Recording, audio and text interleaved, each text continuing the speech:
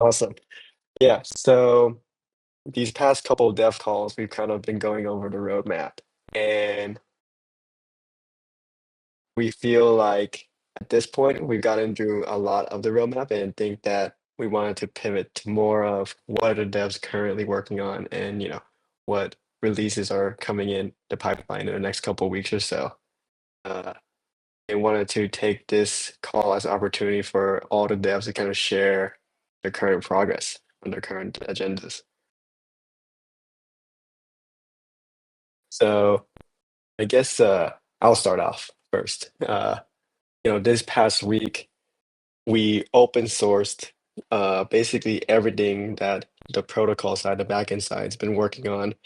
Before this, we kind of had this branch, or sorry, a cloned repo of the current public repo with all our various features. And given the roadmap has been publicized, we wanted to move it all to the public repo so that everyone can kind of see what's being worked on.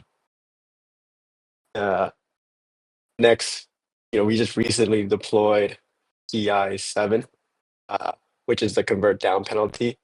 Uh, Not sure we want to go over it here again, since we went over it in the previous town hall. But at a high level, it introduces a penalty, a grown stock penalty for converts above peg based on the previous rolling season's value target state. Uh, So at a high level, there's a grown stock penalty when the system has been below its value target and, recently crossed its value target, and decreases as the system stays above its value target. Next, I plan on work on the various PIs that we want to implement in, I guess the various upgrades we want to implement in the next two PIs or so. Currently, you go to the GitHub repo, there's a series of, I would say, like small improvements to the model, and combine them all into one mega PI. I'm also working with Fork Pinto. We've recently just sent our tractor code, or the code needed to help people or help us create tractor orders to auditors, and currently we're now shifting to doing a UI work and middleware work in order to enable the tractor on the page. So super exciting stuff.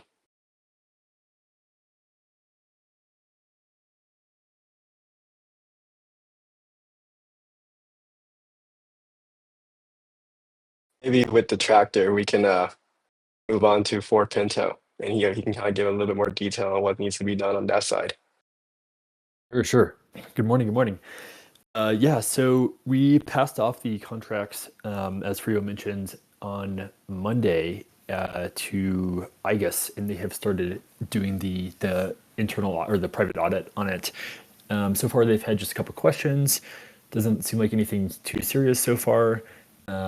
There was one minor change that we pushed that basically was affecting the order in which the contracts are deployed, such that when they are deployed, the initial deployer of them will remain the owner of all of them, rather than like the contracts deploying in a chain, so that the contracts kind of owned each other, which was not ideal. So that PR was pushed and merged in already and approved on their side. And so now I am focusing on the UI side of things. So now that we have the finalized ABI, my first initial goal is to make sure that we can create a full blueprint that calls the sew blueprint v0 function, which is the key entry point for sewing the tractor, through a tractor call. And so this is a little bit complicated. I don't know how in the weeds we want to get, but basically we have this tool called pipeline, which allows us to make multiple function calls in one transaction. And then on top of that, something was built called tractor, which allows for signing a blueprint that contains a series of pipeline calls, which are multiple calls. And then the publisher can sign this blueprint, which allows any operator, which is people who are running bots that are executing the tractor transactions, basically, to be able to execute those blueprints. And in order for that to work with our external helper contract that we created that actually handles all the logic for sewing, it first has to be in a farm call, and then that calls a pipeline call, and then the pipeline call calls the actual sew blueprint v0 function call, which contains the struct, which has a large amount of variables that contain all the information related to the user's order, such as how many Pinto they want to sew, at what pod line length they're willing to sew, how many they want to sew per season, at what temperature, et cetera, et cetera. And so, so far I'm just hooking all of that up in the UI to get an executable transaction. Now my transactions are executing, but it seems like there's some internal reversion somewhere. So that's just at the moment what I'm debugging. But that's kind of the big picture. So once I get these blueprints able to be published and executed, then it's a matter of building out, all the features of the UI.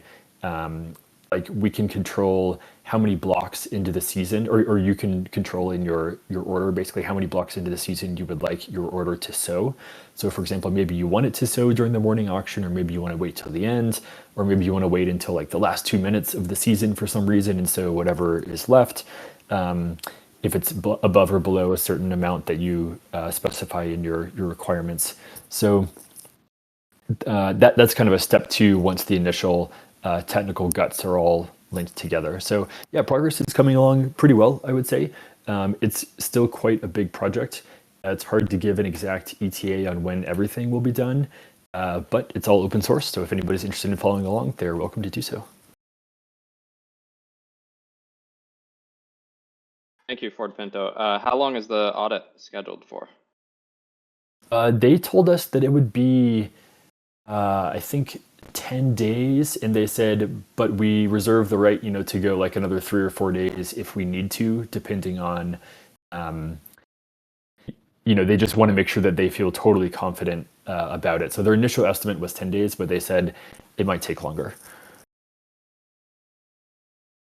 And I did clarify with them that was 10 like actual real life days, not 10 business days. So that was nice for them to clarify. That was my next question. Good. I guess they're pulling weekends, yeah, which is good because we do too. You're saying in the meantime you're working on the UI? Yes. Yeah. Got it. Very cool. Do you have anything to show yet, or is it just designed in Figma at this point? I do have something to show, but unfortunately, my local environment, something is up with my with Yarn, and I'm getting this unknown error, and then I kind of veered off, and I'm answering questions from the auditor at the moment. And then also that somehow broke the deployment too on Netlify, but I dropped some screenshots in the Tractor channel. So if you want to take a look there, the first screenshot there is the sew like order dialog. So that allows you to specify, I want to sew up to X number of Pinto. You can specify the strategy. So in the screenshot, I have the lowest seeds token. You can say like, oh, I only want to sow if X amount of soil is available. The maximum and minimum amount you want to sow per season. Minimum temperature requirement, the pod line length, execute during the morning auction, and then also the operator tip. So that's all kind of in that main first screenshot there. The second screenshot where it has view order has kind of those boxes that indicate the steps of what's happening within the transaction. So first it's withdrawing the deposited tokens from like whatever your strategy is. The second box is showing like that it's actually sewing with your parameters, and the third box is showing that you're doing the tip to the operator. So these boxes here are not actually like dynamic. They just can handle only a small subset of all the cases. And I think the design of this is also in flux as well. And then the third screenshot is kind of showing the technical details, which allows you to see, the raw input parameters to the function calls, and then the encoded form data, and then also the JSON of the requisition data that gets signed as well. So these blueprints actually kind of take 2 steps from your wallet in order to be published and runnable. The first step is you sign the order. So basically that is taking the raw series of steps that you want to have executed in your transaction, and you sign that. And then when it's run on chain, that signature is verified to make sure that you actually signed it. And then the third step is publishing it. And so the publishing step is only actually just emitting the data on chain. The signature step is the real key. So technically you can actually if you're running your own tractor operator, or you somehow know who the tractor operators are, you could give them like a private blueprint requisition that they could execute, and it would only become public after the first execution. However, in this case, our goal for the public UI is to have all the data on chain, and this way we can see what the upcoming orders are, and it kind of provides a little bit more insight into what kind of demand there is for soil over the future. Any other questions? Amazing. Do we currently have plans for after that initial launch to support like buying and sowing rather than withdrawing from the silo and sowing? Or not currently. I mean, obviously something we want to do in theory at some point, but not currently designed or planned. Yeah, I'm not sure where that falls exactly in the roadmap. Like, I would think in terms of tractor next steps, it would probably make sense to work on a convert order flow after that, because I mean, if you like, this will already set up some kind of automated sow. So if you want to do a buy, you can just buy and then deposit into Pure Pinto, and then you can just sow from your Pure Pinto, over a couple days or something. And so we're covering like 98% of the functionality. But separately, we do want to have this convert order book. And then, theoretically in the future as well, you could have like limit orders, which is that what you're asking? Like, you want to have like a limit order? Like, if the price drops to a certain point, you would sow that? Or you just want to be able to sow from your external assets and buy it whatever the current market price is, regardless of what it is?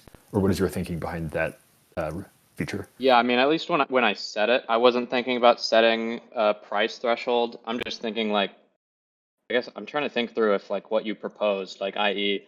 I show up to a Pinto with 10 grand or 10K USDC, like is buying 10K Pinto and then doing the tractor order like really what I want to. I'm just trying to think through how that might be disadvantageous versus if you were like able to sign something that was able to make that purchase, up to the amount of available soil each season. Yeah, I mean, I guess if you wanted to kind of dollar cost average into Pinto over time with your USDC, then maybe that wouldn't be ideal. But Pinto is fairly low volatility, so if you buy now, it's probably going to be a similar price a couple hours from now.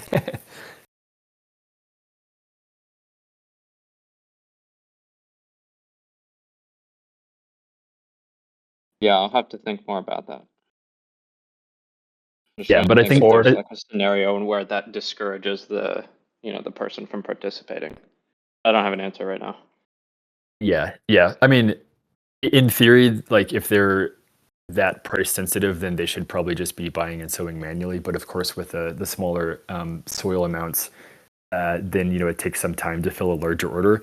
But even if you have 10K USDC, if you sowed that over 24 hours, I don't have exactly offhand what the current numbers are, but the soil amounts do increase fairly frequently. So if you were doing 24 hours of sows straight, then by the end of that 24 hours, there would be a decent amount of soil available. So I don't know if it would be 10K worth, but you could potentially split your 10K up into like 2 or 3 separate orders. I'm sorry, and what are you pointing out by saying that would be possible? With respect, are you saying? I'm pointing out that then there's less risk to buying 10K worth of Pinto at once, as opposed to buying it every single season that you do the sow. Because you would end up being able to sow 10K like fairly quickly, is what you're suggesting? Yeah, and because like if you really wanted to split, if you were really that price sensitive to the current price of Pinto, then you could split it up into like sets of like 4, 4, and 3, or I guess 3, 3, and 4, and so that would allow you to like on day 1 you could buy 3K of Pinto right away, and then it sows over the next 24 hours. Then on day 2 you come back and you buy another 3K of Pinto, and it sows over the next 24 hours. So you could still do a strategy like that if you're more price sensitive to what the price of Pinto is like at that moment. And maybe it's and sorry, not to derail us too much, but I feel like I'm actively learning as I'm asking questions, so I find this helpful. But maybe it's helpful to think of a more extreme example where let's say like delta B is negative 100K and someone with 100K wants to participate in the system. I feel like proposing that they are not able to, dollar cost average in via sewing and instead just buy and deposit 100K Pinto and then withdraw and sow from there. It's like, well, there's not going to be any soil anymore at that point. Like the amount of available soil goes down as they make the purchase to acquire the Pinto that they can then sow via the tractor order. Yeah, I mean, if delta B is minus 100K already, then there's only going to be a maximum per season of 4,166 once the cultivation factor reaches 100%. So they're not going to be able to sow the full 10K pretty much regardless. They're only going to be able to sow a small fraction of it. Well, per season. I mean, I feel like the point of the soil per season. snowball change was not to explicitly exclude, whales, if you will, but just to, slow down the rate at which, they can buy in. And that tractor was supposed to, offset the friction associated with, sowing on a recurring basis. I don't know. It's just feels, I mean, definitely like, the support we're talking about launching in V1, like 100 times better than not having anything, totally. But for that, per that example I gave, I do feel like the being able to, sow with some non-Pinto asset, and maybe we even just limit it to USDC, like, hey, you have to buy the USDC first. I feel like that. Yeah, so you can I can partially totally imagine implement this strategy. Someone, go ahead. Sorry, I didn't mean to interrupt.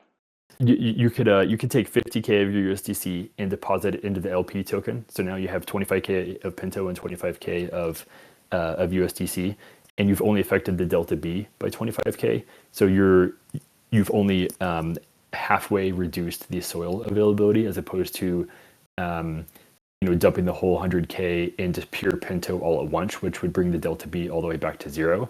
So if you drop in this 50K non-Pinto or a 50K USDC, split it up into the LP, and then you sow from the LP. Now your delta B upon that initial deposit is still negative 75K, and you can slip in the purchasing of soil, and more will be available over time because the delta B at the time of your deposit is minus 75K, if that makes sense. Sorry, it's kind of convoluted. No, I think I do understand what you're saying, and I agree that does offset some of the friction I'm describing, definitely. Yeah. I mean, separately, it feels like it would be helpful to have some sort of like buy and deposit button on the site that's just based on, how you get the most Pinto for your buck, if you will. Yeah, It was just something I thought of while we were talking about that. Yeah, I think Burr is working on like the ability to sow from your deposits. I mean, you can already sow from a non-Pinto asset, right? So if you have just pure USDC, you can already go there and sow it directly. Is that what your request is, or you're requesting that? I'm talking about buying and depositing into a distribution of LP pools based on the amount of money you have and acquiring, the most PDD. Yeah, so the best way to do that right now is to swap through Matcha. So basically, you're not going to end up depositing into different pools, but you're going to acquire Pinto in a way that it routes through different pools and even external AMMs as well. And then, so like, let's say you wanted to dump in 100K, then if you route through Matcha, you're effectively routing through all the pools, and you're just ending up with pure Pinto in the end. I guess that doesn't account for depositing liquidity into, particular whitelisted tokens, right? Yeah. So Pinto. Well, I mean, yeah, but then you can combine that with, like, let's say you wanted to deposit 100K into the Pinto USDC well. So you would take 50K of your USDC, route it through Matcha, which is effectively routing it through all of the wells, to get your pure Pinto, and then when you do the pure Pinto USDC deposit, you have zero price impact. So that would be kind of like the least impact way to put all of your deposit size into one particular well. Would we be integrating with Matcha on the like swap page or in the UI, or are we already? That's a question for Burr, I think. Are you saying there's better prices to get than there are on 0x? Well, 0x is Matcha. It's the same thing. It's just the front end for it, as far as I know. Oh, got it. Hard to put in, but I think this is not the best use of the time. We have other things to go to with other devs, but this is great, I feel. Yeah, so I think I presented everything on Tractor. Hey, do you have any plans on supporting the operators for Tractor? Because right now you just have the blueprints, but if you don't have any operators, then you can't really execute any of the blueprints, you know? Yeah, exactly. Great question. Our thinking is that someone from our team will probably just make sure that we have a bot running so that the blueprints are getting executed. But ideally, it would be, and it's just so that there's a market for this, so that multiple people are trying to run bots so that they can collect the fees. We've had discussion. Do you want to set up a bot, roast beef? Do you want to be an operator? Can I? You can. I will Absolutely. be happy to support you in your quest. Whoopsie!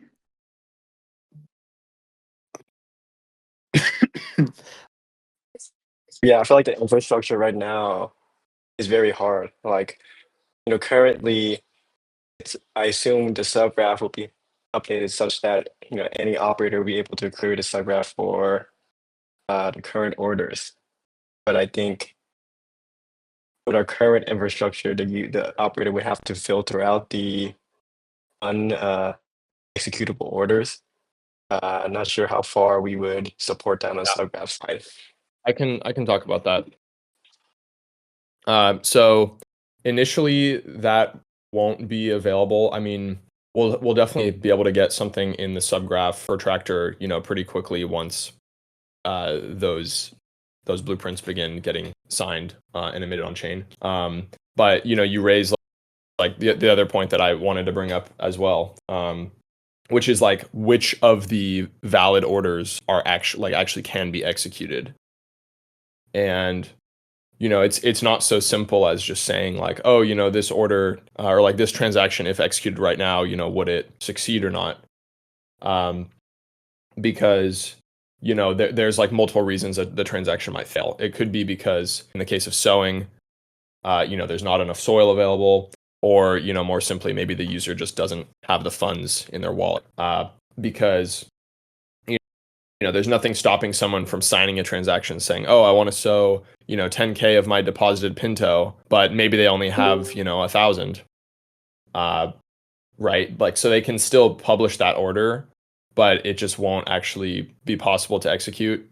So there's an open question kind of how or when this gets implemented, but the basic idea is and this is something that I'll be working on,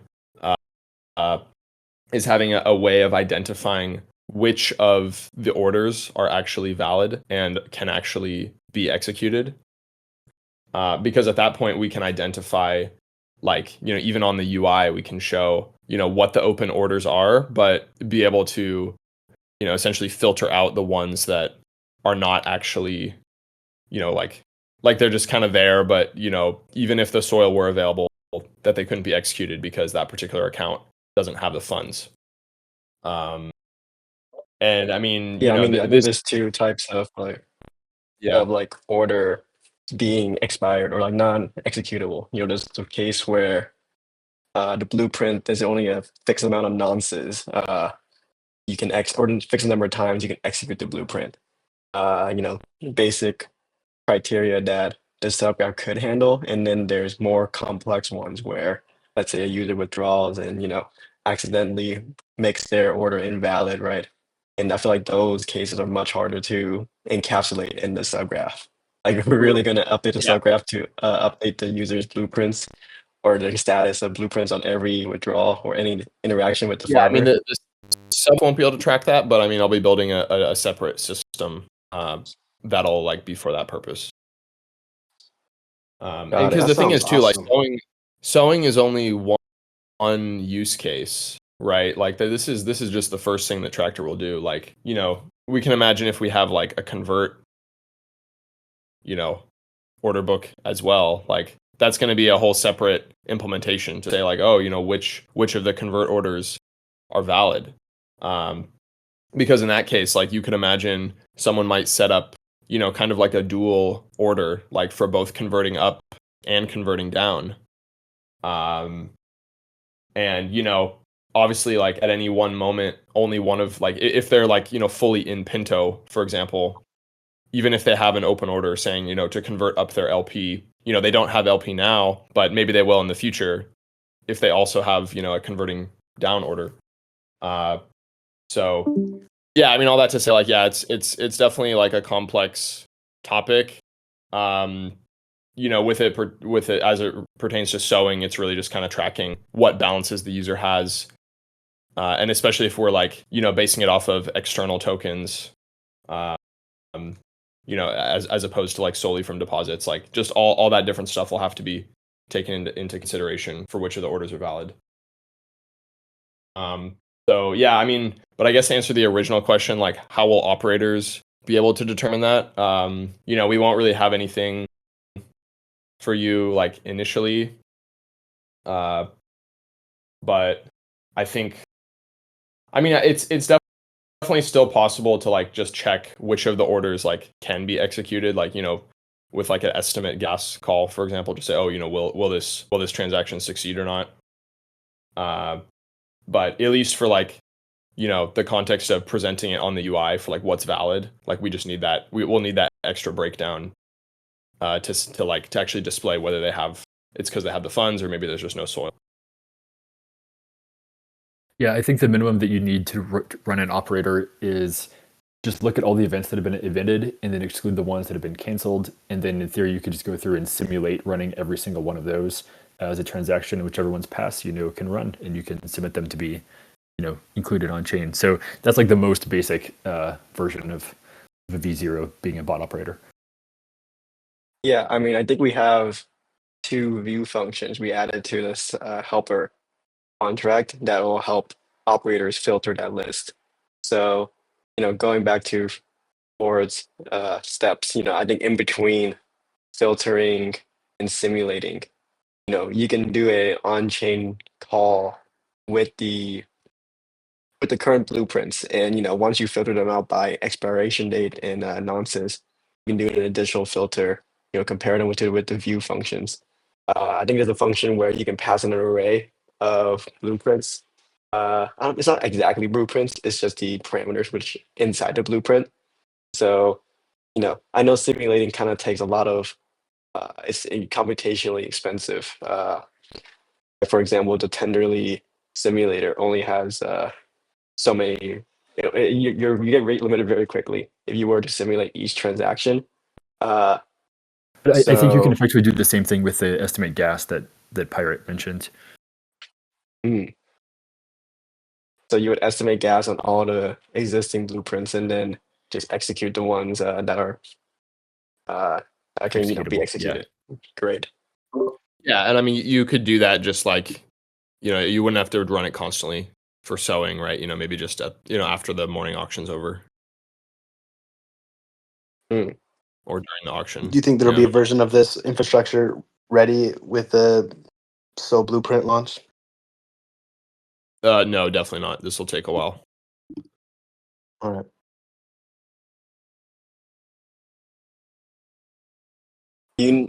Ford, do you know by chance like the average cost for executing these blueprints? You know, there's like different costs for like doing a single SO versus a DCA SO of just Pinto deposits versus an LP deposit. I feel like that'll be useful in terms of what an operator should do to make a profit, you know. Yeah. I mean, it's really a function of how many deposits the publisher has. So if I have one massive deposit with 100K in it, it's super cheap to withdraw from one deposit. But some people have like 500 deposits, and so it's a lot. Each one of those accesses different slots, which costs more. So that's really what the cost is. I think you can get pretty close to estimating, though. Like if you yourself manually checked what it would cost to withdraw and then so that the extra overhead is only going to be slight, like on top of that for the blueprint overhead. Got it. Thanks for the It's going to be cheap. It's color. going to be. I mean, the recent transactions I've done on Base, it feels like have all been quite cheap recently. So I think it's not going to be expensive. But it will be interesting to see what the operators themselves will require to run. Like it might be profitable. I mean, personally, I don't see a reason why an operator wouldn't want to run any transaction that would be profitable. It's just a matter of how many are there, and is it worth it to make a bot overall? Hey, roast beef. I guess since you come up and said you'll be willing to run an operator, I'm curious to hear what you would find a reasonable tip per action, given the infrastructure cost to set a bot up from your perspective. I think it depends on how much the gas fees are. Maybe a little bit more than that, maybe like a tenth of a bean or so for now. It's hard to say without much data, I feel like. Independent of the data, you're saying that just 10 cents or 0.1 Pinto is enough to incentivize you to create. I mean, I assume once the network effect occurs, there's just hundreds of sell bots or so orders coming in. Uh, I'm sure it'll be worth your time, but it's interesting to hear that even with just 10 cents with this small community, you're willing to do it. I think 10 cents adds up. I guess I'm just thinking of all the other actions that happen too. If it's just so, maybe a bit more than 10 cents, but if you have all other functions like mow or convert, withdrawing, and like a mix of everything, you'd have a lot of volume. So I feel like once you set everything up, like 10 cents will go a long way as long as you have like hundreds of orders going on per day, you know? For sure.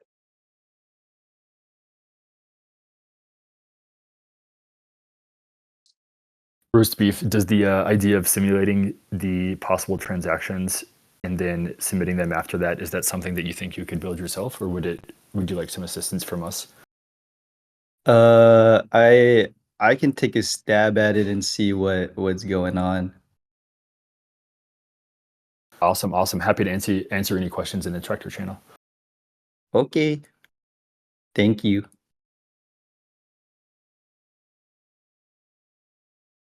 Yeah, I mean the hardest part from my just thinking about it would just be to get all the tractor. I mean, I think you would just need to get roast beef or just anybody a set of tractor orders, and then they can just call the estimate gas, on the. I mean, we can submit an order right now in theory on the blockchain, and it's simple, just like invalid order, or it's just simple order, just so that people can make that set of tractors and verify that their system is working correctly.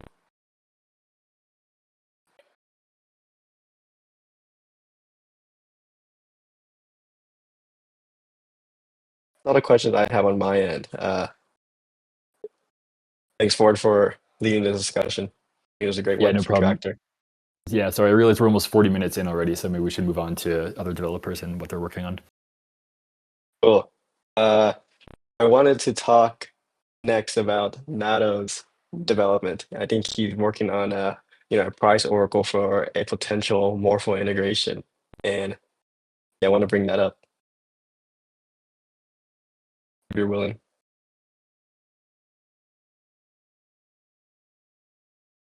Come on. Hey, can you hear me? Okay, sorry. Yeah. Yeah. I'm working on a pricing function that is compatible with the Morpho standard This will let us set up a lending pool to use S Pinto as collateral and borrow USDC in a Morphle pool. This is sort of the current standard and meta of on-chain borrowing. We're also working with a third party that has a permissionless UI for Morphle pools called Monarch. So we're working closely with them, and we'll be using that as our standard UI for all interactions with that pool for the foreseeable future. This function is the only thing we need to get this pool running, and it's pretty simple.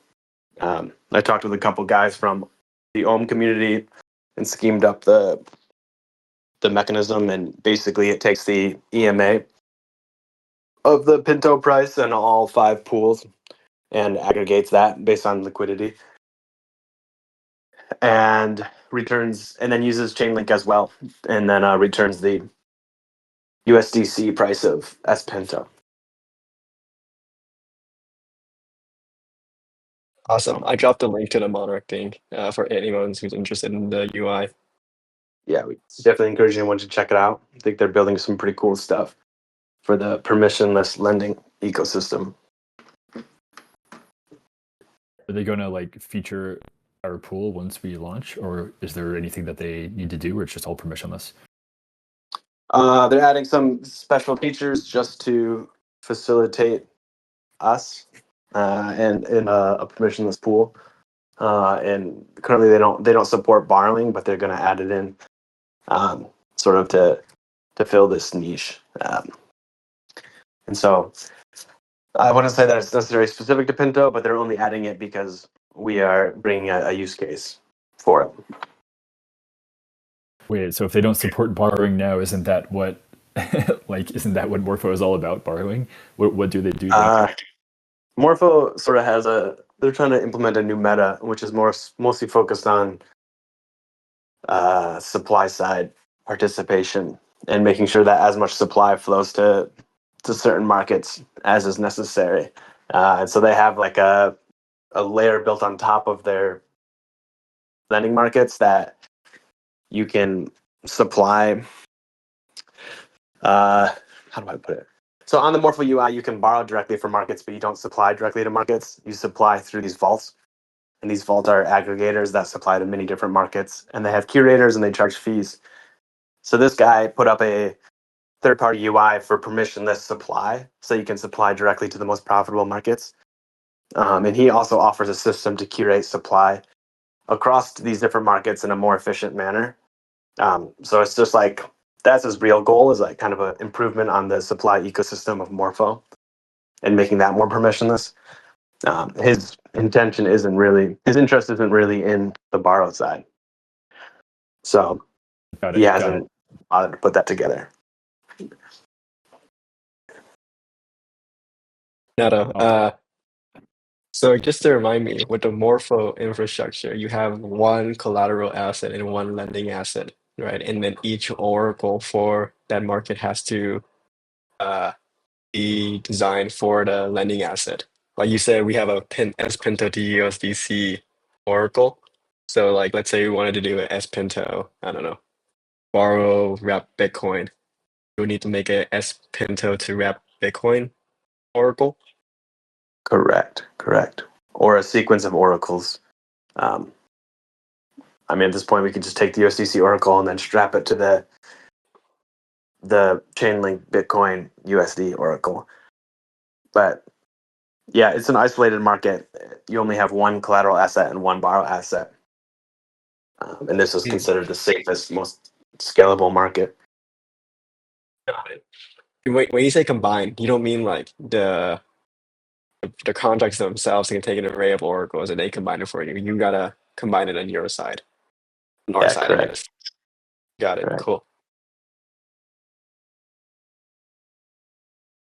I mean, yeah, ideally it's Cool. very, very simple once this first one is done, and then we have a function to go from S Pinto to USD, then we can go to anything with just one more Chainlink call, basically. Mhm.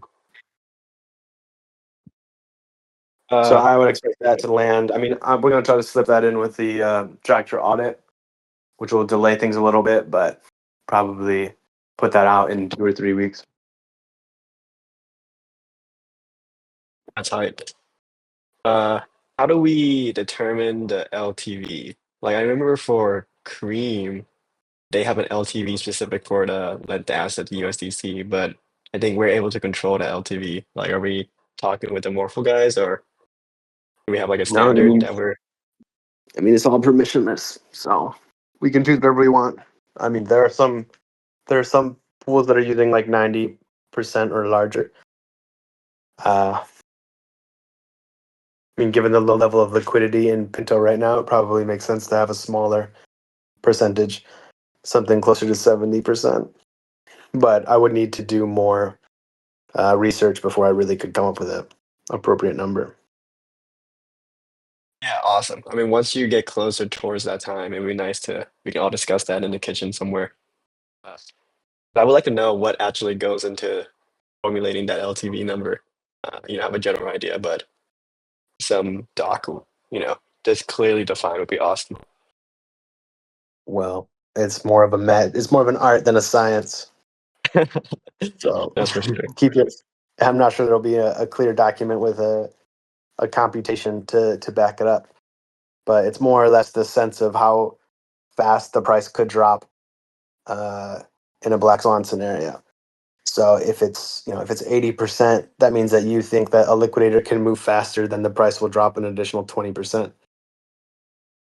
Um, it also is about the size of the market, and if there are so many assets collateralized in the market that you know or somebody has such a large position that they're not liquidatable without causing 20% of slippage, then it's all going to turn into bad debt if something goes wrong. So it's both of these are kind of a function of liquidity relative to market size. I mean, Pinto is pretty low volatility, so relatively safe, but the the liquidity is at this point still quite small.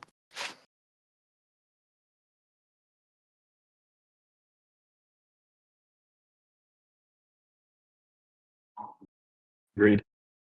Uh, cool. I mean, I think I'm pretty settled on my end. This is a great integration. Thank you for spearheading. Anyone else have any questions?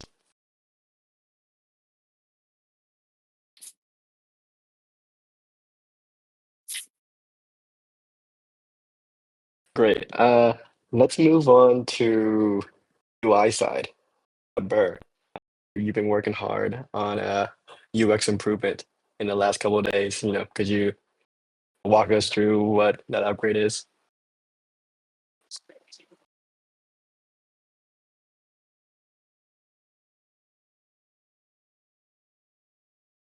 You're unmuted, but we can't hear you. Uh, Not sure.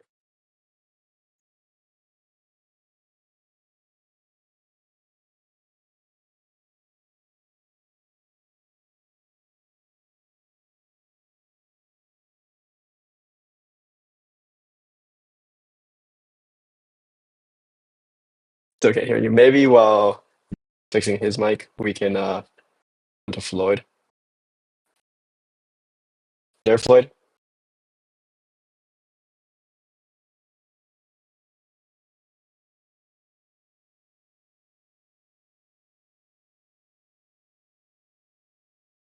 You guys hear me? Does that sound good? Great man. That sound good? Okay. Yep, we can hear you. So awesome. So I've been working on a more advanced chart, so you can see overlay stats on top of each other. Uh, if you're a Beanstalk user, you are probably familiar with this. There is something that is present in the current Beanstalk UI, and it's going to work very pretty much the same way here. Because of our tech stack in the Pinto UI, It's not necessarily a copy and paste. So uh, the workings underneath it are quite a bit different, but the goal is to have the same functionality, the Pinto UI, and it's looking pretty good so far. So it's about 80% to 85% done. Uh, I was shooting to have it out by Friday, but I'm not 100% sure on it. So we'll see. Cool. Uh, Great to hear. I mean, when I was using the Beanstalk everything chart, sometimes it was quite hard to discern stuff, especially with the x-axis. Like when there's three or more charts, it gets very cumbersome. I'm wondering if, you say copy paste. I'm wondering if you've done any additional features upon the Beanstalk everything chart that will make the UX of using that chart better. Currently, the goal is to have the Beanstalk UI chart. Um, so functionality wise, it's going to work for the most part the same way. Because the libraries we use, um, tweaking that kind of thing might be a little bit limited. It's something that we can explore after we have everything ready. Got it. Awesome. Yeah, I think you said you're 80 to 95% done. It'd be awesome if you could share some screenshot and then you're putting you on the spot right now. So not don't worry, you don't have it now, but it'd be great to see some screenshots of what the everything chart really is for everyone who's not in the know. Uh, you think we can get that on that channel within the next day or so? Yeah, definitely. I'm kind of on the go right now, but I'll get some screenshots for everyone to take a look and see what that looks like. Got it. Just for my reference, after you finish this everything chart, what do you plan on focusing on afterwards? One thing I have on my radar is upgrading some stack and React compilers out. And the combination of those two things represent a pretty massive uh, performance gain. So I think this is something that we can explore relatively quickly, relatively quick. Now, hopefully, it won't be too difficult and something we can integrate pretty quickly. But yeah, that's my main number one, say main, but that's definitely like the top of the list, very close to it.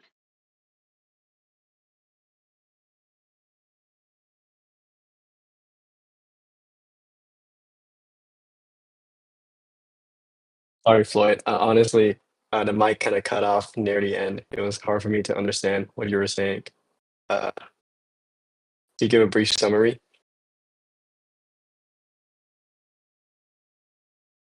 Very briefly, upgrade some of our tech stack, old versions we are currently using into the latest versions, and that's basically it. got it. Thank you. Looks like Burr is unable to fix the mic, unfortunately. But he was going to work on, or he's finishing up the withdrawal and sew UX. Currently, I was just looking at how people are sewing with their deposits. And, previously with the soil issuance, where there was so much soil that anyone could just sow how much they wanted, uh, a user would just withdraw from their silo or position, then sow on the field page. But I think with the new availability of soil being so small, a user has to go on the field page, figure out how much soil there is available, go back to the silo page, withdraw that amount, and then go back to the field page to sow. And I think this introduces so much friction. Obviously beyond the fact that they aren't able to sell how much they want. Now they have to keep a mental tally in their head on what percentage of their uh, Pinto they wanted to sell. You know, Obviously Tractor will fix a lot of this, but in the meantime, adding this withdraw and sell UX significantly reduces this flow in the meantime. So I hope, after this change, we should see, I want to say increased selling, but just less friction in selling. Hey, have you thought about doing a harvest and deposit as well? It's like basically the other side of that where you would have to harvest and then it goes into your internal or external balance and then you have to deposit. So that's also two steps too. And I feel like that's low hanging fruit if you're doing withdraw and sow too. Totally. Yeah, obviously we would want to focus, given they are sounds kind of similar and the two sides of the same coin, focusing on withdrawal and sow is a bit more high priority than harvest and deposit. But with these kind of systems, sentiment changes on a dime. So I think we definitely should support harvest and deposit. Uh, you know, with the current harvest function, unfortunately, it doesn't really return how many pintos uh, you need, how many pintos you gain from harvesting. I believe I added a return parameter to the harvest function with with the tractor on it, such that when that gets upgraded with the system, people who call harvest will get the return how many pintos they harvest, and that'll make the farm calls the UI needs to call to make that functionality possible. But yeah, great shout. The UI should still know how many Pinto are going to get harvested, though, and can still plug that into the next farm call that resows. Yeah, I'm just saying that right now the harvest parameter doesn't show that. Right. Doesn't Yeah, get yeah, that value. but the UI does know how many Pinto will be harvested, so the UI can still do this harvest and sow without that solidity side change. Yeah, I guess you can just hard code that in the meantime, given Yeah, that into the the amount farm you call itself. harvest. Yeah, I guess the amount you harvest won't change unless some guy does it like mid-season or something. Yeah, very good shout. Yeah, I guess like since we already, I mean, I guess it's kind of a fair question. Given his workload and not sure where this slots in, but I assume is this minimal effort. We should definitely also include this.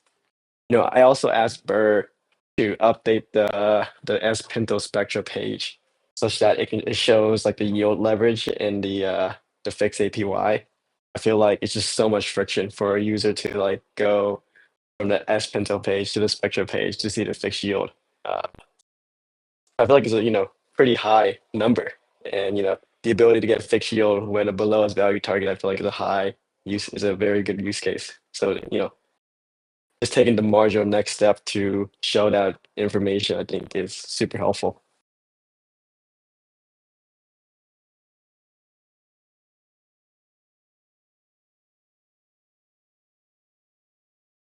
Great. We have 3 minutes left on this dev call, but we only have Pinto Pirate left to discuss his work. So let's finish this through. Let's let this through the finish line and call it there.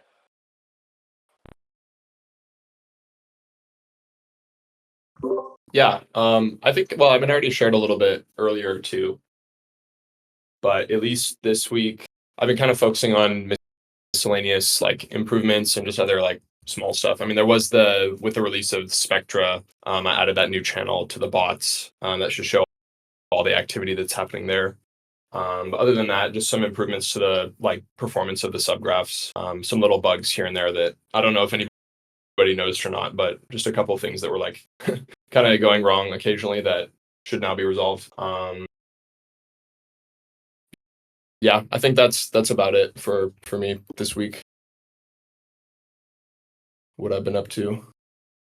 I think it's funny when you say like I don't know if anyone else noticed the bugs. I think at this point it's only you who's noticing the bugs. Well, hey, that's good. Yeah. Maybe you would have noticed them if I didn't fix them.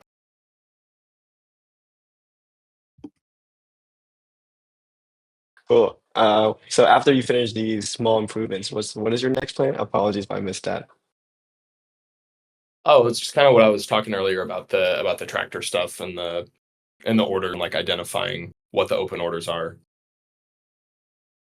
Got it. Okay. I mean, Sounds that's good. kind of like the big thing. But I mean, it's kind of unclear like at what capacity I can actually start working on that until, the audit's complete and like the format of all the messages and everything is set. So, at least between now and then, I mean, with the new PI that just went out with his convert penalty, I'll definitely want to be adding some type of analytics or like maybe not analytic, but definitely like something to the bots, like, when it happens when someone converts.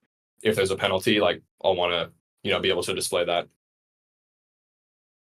So I'll Yeah, probably work on I that. feel like at this point, with the audit being, I mean, the audit's not done yet, but I feel like at least the signatures, with the function signature is like, finalized. So I don't think that's blocking. Uh, maybe we can get on another Yeah, call, just a tractor focus call, if we want to discuss like how far we want to spec out the subgraph to support whatever we need. Uh, do you think that would be useful for you? sure. Yeah, I mean, we could get a test net set up if we want to start on that sooner than later. Oh, Tesla would be awesome. All right, guys. I think that settles it. Anyone else having any final questions before we hop off?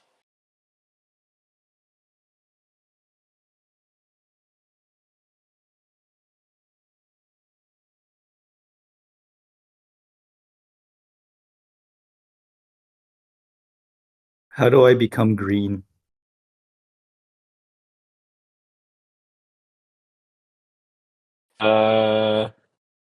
Don't think we have a process for That going green that quite is yet. the ultimate question.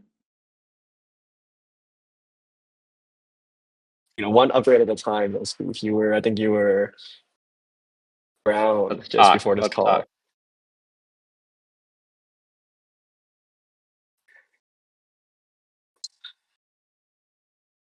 All right. Well, I think that's all the questions we have. So I'll call it here. Thank you, guys.